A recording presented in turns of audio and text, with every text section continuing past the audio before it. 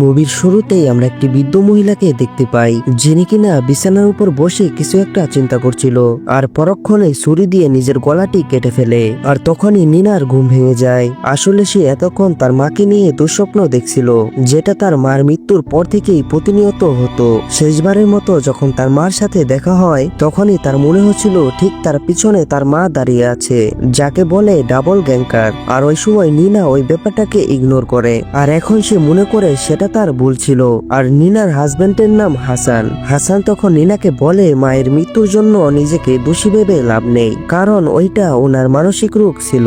হাসান পেশায় একজন high psychologist, তাই এইসব ব্যাপারে তার এক্সপিরিয়েন্স আছে। আর নিনা যখন নামাজ পড়ছিল, তখনই ন্যান্সি নামের একটি মেয়ে তার সাথে দেখা করতে আসে। সে তার পরিচয় দিয়ে নিনাকে বলে, আমি তোমার হাজবেন্ড হাসানের গ্রামের বাড়ি থেকে এসেছি।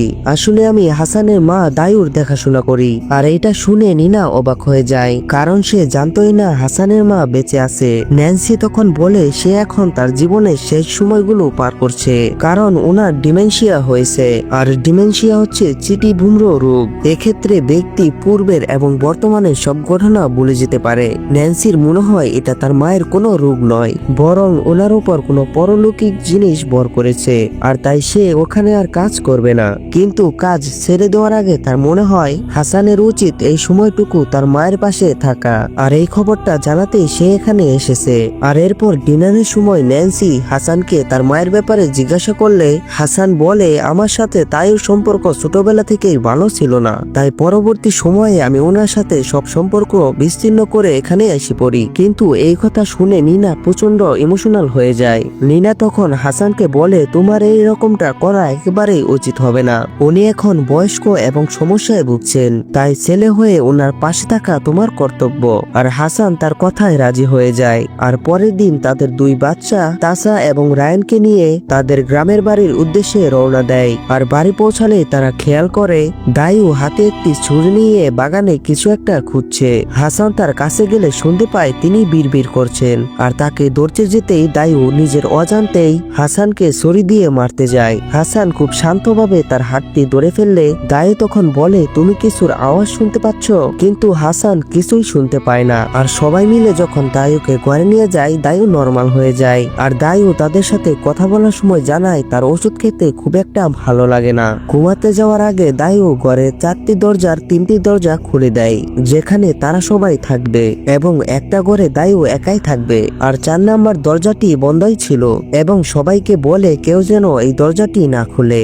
ডিনারের পর নিনা নামাজ পড়ে জাস্ট বসেই ছিল, তখন পাশের রুম থেকে দুই বাচ্চা এসে বলে, মা বাইরে যেন কেউ দাঁড়িয়ে আছে। কথাটা শুনে নিনা এবং হাসান বাচ্চাদের ঘরের জানলা দিয়ে দেখে বাইরে থেকে একটি মহিলা কালো কাপড় পরে এক দৃষ্টিতে তাদের রুমের দিকেই তাকিয়ে আছে। আর সে কি চায়, কেনই বা সে এখানে এসেছে?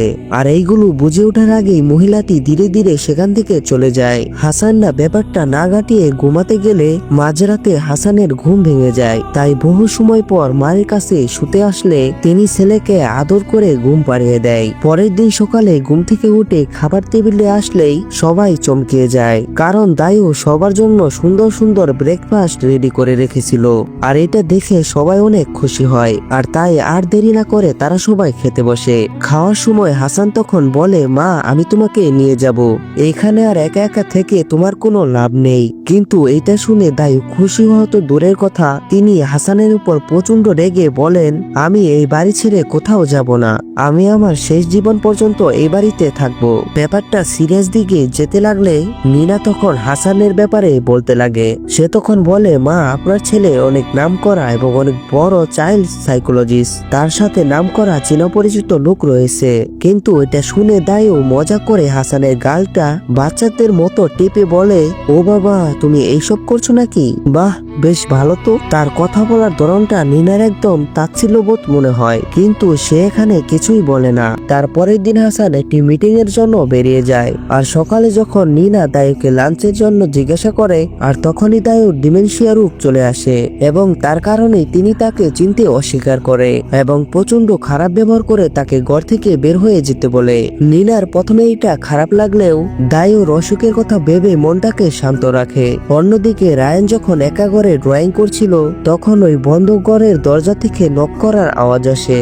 আর তখনই দরজাটা নিজে থেকে খুলে গেলে ভিতর থেকে একটি বল ঘুরিয়ে তার কাছে আসে। কৌতূহল বশত সে বলটাকে নিয়ে ওই দরজার সামনে যেতে দরজাটা নিজে থেকে বন্ধ হয়ে যায়। কিন্তু দরজাটা বন্ধ হয়ে গেলেও মনে হচ্ছিল ভিতর থেকে কেউ একজন দরজাটি খোলার চেষ্টা করছে। কিন্তু তখনই দায়ু আসতে সবকিছু শান্ত হয়ে যায়। এইদিকে তাসা যখন বাগানে সেলফি তুলতে ব্যস্ত তখন ক্যামেরায় লক্ষ্য করে পিছনে একটি বাচ্চা ছেলে দাঁড়িয়ে আছে, কিন্তু সেই দিকে দেখতেই বাচ্চাটি উধাও হয়ে যায়।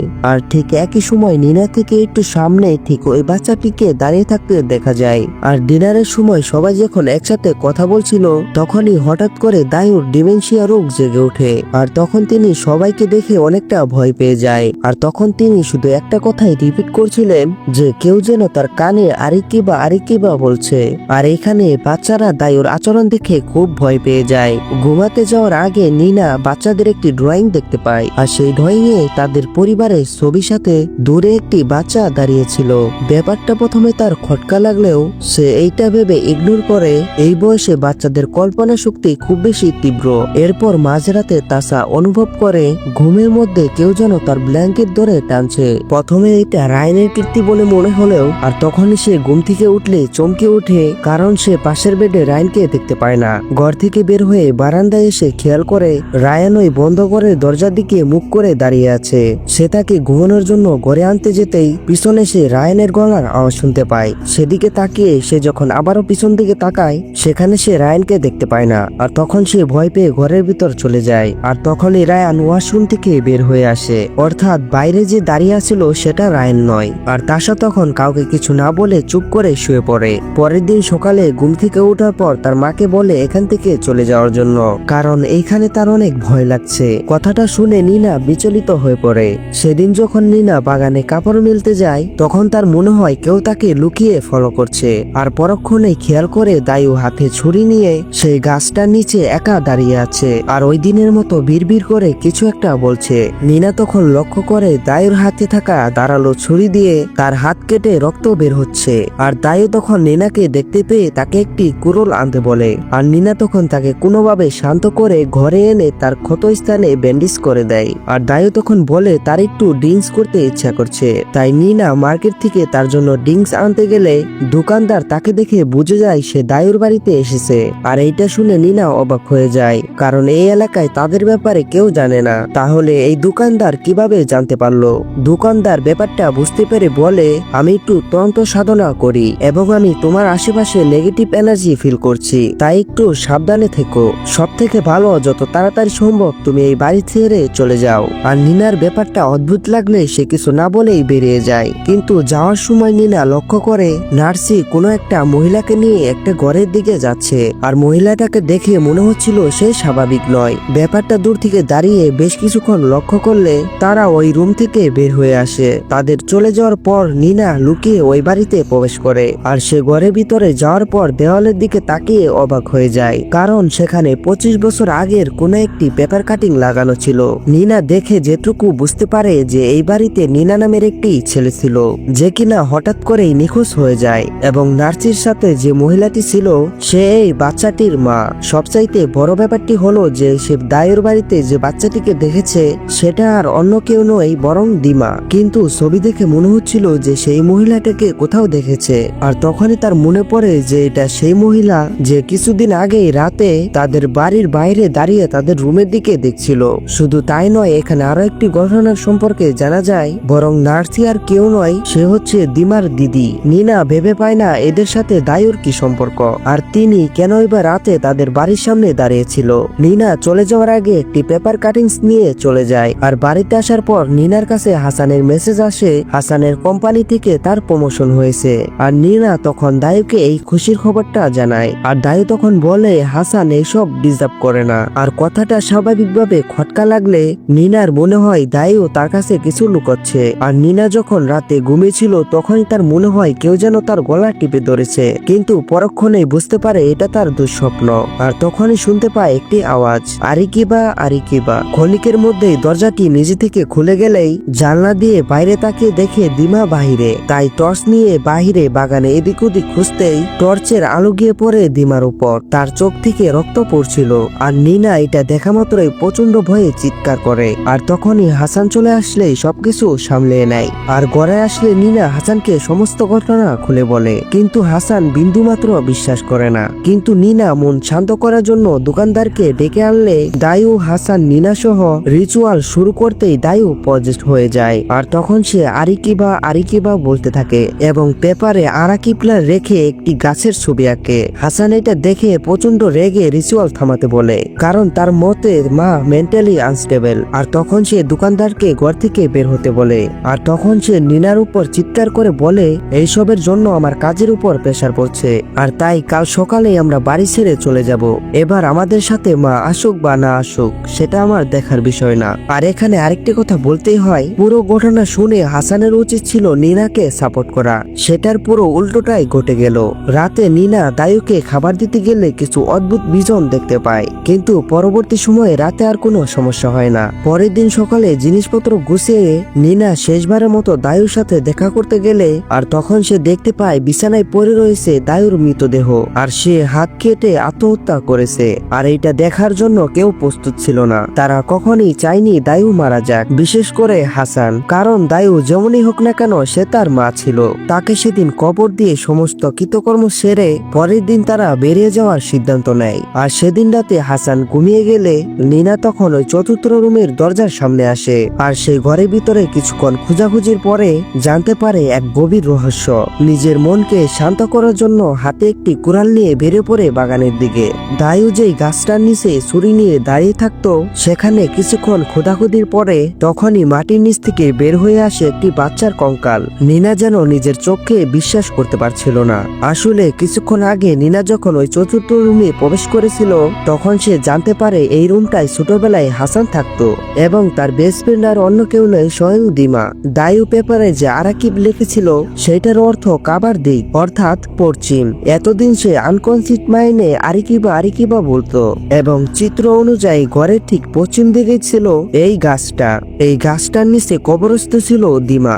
এতক্ষণে খোঁড়াখুড়ির আওয়াজ শুনে হাসানের ঘুম ভেঙে যায় এবং নিনাকে এসে হাতে নাতে ধরে ফেলে, কিন্তু হাসান কঙ্কালটা দেখে অপ্রস্তুত হয়ে পড়ে এবং এখানে ফ্ল্যাশব্যাকের মাধ্যমে রিভিল হয় গল্পের আসল রহস্য। আসলে দিমা এবং হাসান ছোটবেলায় অনেক ভালো বন্ধু ছিল। প্রতিটা সময় বলতে গেলে তারা একসাথেই কাটাতো, কিন্তু সময়ের সাথে দিমা দায়ুর ভালোবাসার অংশ হয়ে ওঠে, যার কারণে সে তার নিজের ছেলের মতোই তাকে ভালোবাসতো। কিন্তু হাসানের সেটা পছন্দ হতো না। একদিন তারা খেলতে খেলতে নিজেদের মাঝে ঝগড়া লাগলে হাসান তখন প্রচন্ড রেগে পাশে পড়ে থাকা একটি ছুরি দিয়ে দিমাকে মেরে ফেলে। দায়ু নিজের ছেলেকে বাঁচানোর জন্য ওই বাচ্চাটির লাশ ওই গাছের নিচে পুঁতে দেয়। অনেক রাত হয়ে গেলে দিমা বাড়িতে না ফিরলে দিমার মা দায়ুর কাছে আসলে দায়ু জানায় সে তাদের বাড়িতে আজকে আসেনি। সময়ের সাথে হাসানের এই বাড়িটি জেলের মতো মনে হয়। আর তখন সে মানসিকভাবে সুস্থ হতে শহরে শিফট হয়। কিন্তু এই অপকর্মের জন্য হাসান যতটা দায়ী ঠিক ততটাই ছিল দায়ু, যার কারণে দিমার আত্মা তাকে হন্ট করত। এবার সময়ের সাথে দিমার মা এবং নাসিরের সন্দেহ আসে দায়ুর উপর, আর তারা তখন হাসানকে এই বাড়িতে আনার প্ল্যান করে। আর এখানে আসতেই দিমার আত্মা হাসানকে চিনতে পেরেই দায়ুর সাহায্যে নীনাকে প্রমাণ দিতে শুরু করে, যার কারণে তিনি যখন জানতে পারে হাসান সাইকোলজিস্ট তখন সে পূর্বের কথা মনে করে হাসানের গাল ধরে তার কাজের মজা উড়িয়ে দেয়। দায়ুর মৃত্যুর আগের দিন রাতে নীনা যখন দায়ুর কাছে দেখা করতে গিয়েছিল তখন তার পিছনে আর অন্য কেউ নয় বরং সে দায়ুকেই দেখতে পেয়েছিল, যেমনটা সে মুভির শুরুতেই নীনা তার মাকে স্বপ্নে দেখেছিল। অর্থাৎ মৃত্যুর আগে নীনা সেই ব্যক্তিদের ডাবল গ্যাঙ্গার দেখতে পায়। সেদিন এই ব্যাপারটাকে নিজের মনের ভুল ভেবে উড়িয়ে দিলেও আজ সে বুঝেছে দায়ু কোনো মানসিক রোগী নয়, বরং শুরু থেকে প্রতিটা জিনিস তার মনেই ছিল এবং হাসান কোনোদিনই চাইতো না যে সেদিনের কথা তার মা কাউকে বলে দিক। আর তাই রিচুয়ালের দিন তার মায়ের আঁকা ছবি দেখে রিচুয়াল থামিয়ে দিয়ে পরের দিন এই বাড়ি ছেড়ে চলে যাওয়ার সিদ্ধান্ত নেয়। কিন্তু সে তার মাকে বিশ্বাস করতে পারে না, কোনোদিন হয়তো এই ঘটনা সে কাউকে না কাউকে বলে দিবে, তখন তার চাকরি এবং ফিউচার দুটোটাই নষ্ট হয়ে যাবে।